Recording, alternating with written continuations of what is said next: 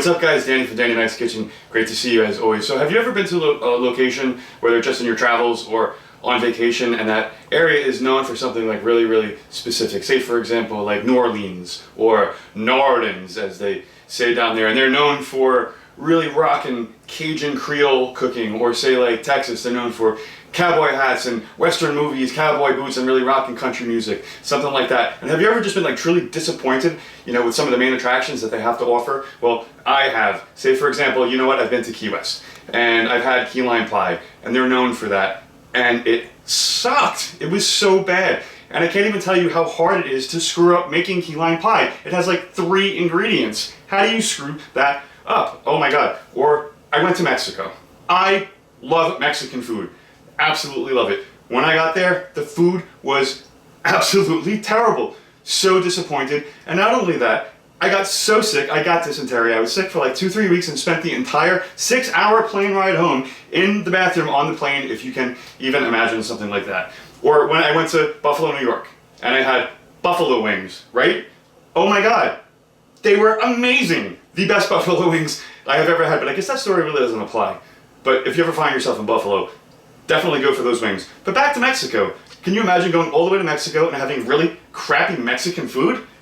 Unbelievable, unacceptable, and it is that memory that inspired today's episode and recipe, because I'm going to show you guys how to make authentic chicken enchiladas from scratch. And I really think that the key to this recipe is the sauce. So, with that being said, vienen conmigo, vamos a empezar.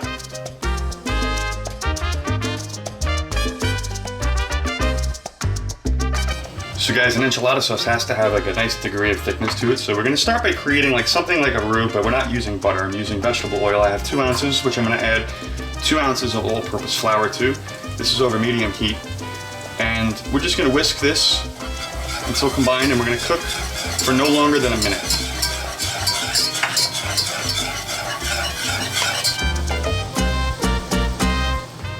So I wasn't paying attention, and this went a little too far, probably 2-3 minutes. I don't want it to go any more than 1. Look at the dark color. This is not what we're looking for. The more you cook something like this, the less thickening power it has. So you know what? I'm gonna dump this and I'm gonna start over. So this is what you're looking for, guys. This is perfect. It has the blonde color still. To this, we're gonna add 4 cups of chicken stock.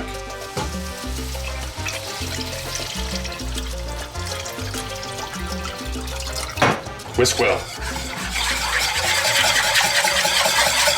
Now it's these nice ingredients that are really gonna make the sauce. I have some fresh, beautiful oregano leaves from my own herb garden, and it's the first time I'm using it, so I am super stoked. I'm gonna put some of those in there. I guess that would be like about a half of a bunch. I have 4 tablespoons each of cumin and chili powder. This is really gonna give it its boldness and its background flavor. I'm gonna add 2 tablespoons each of garlic powder and onion powder. 3 ounces of chipotle peppers that I'm gonna leave whole. And it's okay because we're gonna be pureeing this a little bit later. And finally, 6 ounces of tomato paste. Whisk this all together, guys. As you see, it's getting this really awesome deep color. This is perfectly indicative of a sauce for this dish. It's gonna be amazing. You see how it really thickened up too, right? We're gonna cook this over medium to low heat for about 10 to 15 minutes, and the cumin smell that is coming off of here is just, wow, it's like blowing me away. Since we have 10-15 minutes to kill, guys, we're gonna throw together a Pico de Gallo, which is really nothing more than a super fresh salsa with tomatoes, onions, cilantro, and pepper, which is also known as a salsa fresca. So let's throw that together really quick. So in a large bowl, I have 1 red and yellow tomato, chopped nice and fine. We're gonna throw that in there. We're gonna throw in some delicious fresh chopped cilantro. I wish I had some of that in my garden, but I don't, but I will soon. Some white onion. This is about a half of a white onion. Some delicious jalapeno to fire it up a little bit. And we're gonna juice a couple limes. I love my new juicing contraption. This is the best thing for lemons and limes because it gets all the juice out and no seeds go into it. So I'm gonna juice 2 limes total.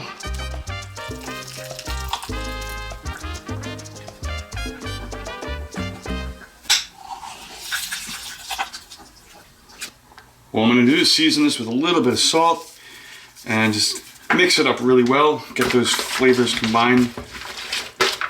And then we're just gonna set this aside and let our sauce continue cooking, and we're almost done.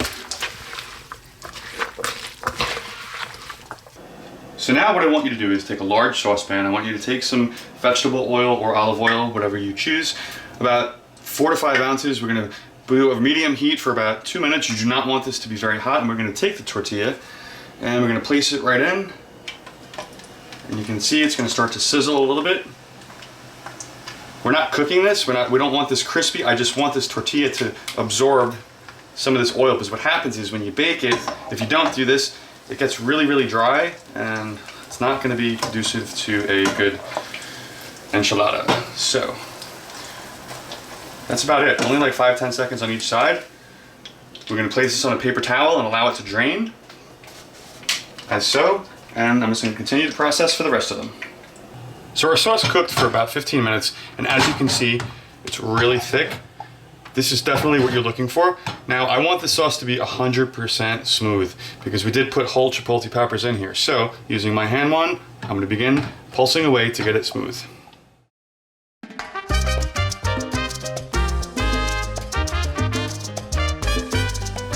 So let's begin assembling the enchiladas. Take the first tortilla, and as you can see, it's so much more malleable now that we had it in the oil. You know, it's no longer dry, and it's not gonna be dry when you cook it. So what you wanna do first is take some of this sauce, and we're just gonna ladle a little bit around. Maybe 1 or 2 ladles, not too much. And then we're gonna have the chicken that I've prepared. This is cooked chicken. I use dark meat. I love using dark meat in this preparation. I just think it works so much better. I think white meat's like really dry and doesn't really work well for this preparation. And we're just gonna begin by putting a little on top. Probably about 3 to 4 ounces per enchilada, I would say. And from the top, we're gonna fold it over, and we're gonna begin rolling it, just as so. And that's perfect, absolutely. And just continue doing that for each tortilla. Let's finish this up, guys. I'm starving. Get your enchiladas into a large baking dish. We're gonna put them side by side. 1, 2, 3, 4. I can't even wait. I'm like, my mouth is watering. We're gonna top this with additional sauce that we made. Make sure you get like a good amount on. This is really gonna bake in as we cook this. Wow, it smells amazing. Put some on the sides too, because it's really gonna get bubbly and fabulous.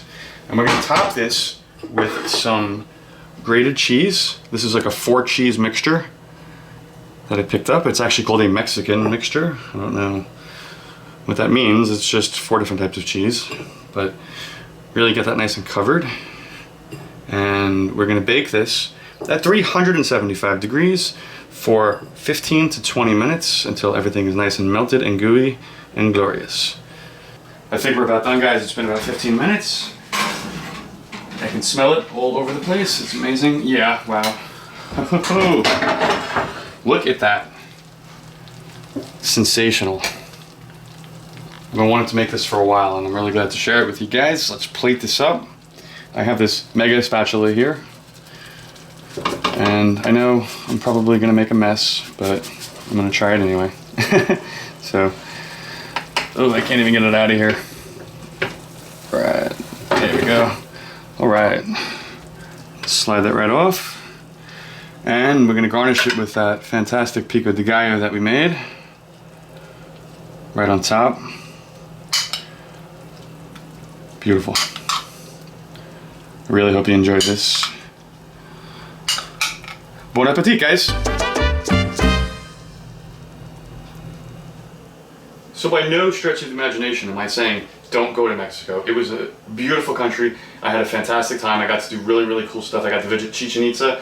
I got to climb this pyramid, this huge pyramid in the middle of the jungle with like toucans flying by. It was like surreal. I got to see these sea notes, which are like these giant depressions or like sinkholes filled with water, and you got to climb down and see these crazy critters like swimming around that I've never seen with the blue water. It was absolutely amazing. So definitely go, guys. I had a blast. It was so much fun. You know, with that being said though, I've been to so many really authentic Mexican restaurants here in the States, both the north and the south. I've had enchiladas all over the place, and I gotta say, my recipe is just as good, if not better than theirs. So you need to try it out and let me know how it comes out. I really hope you enjoyed this presentation today, and if you did, guys, please give us a thumbs up, give us a like, share this with your friends and family on social media, and if you haven't subscribed, what are you waiting for?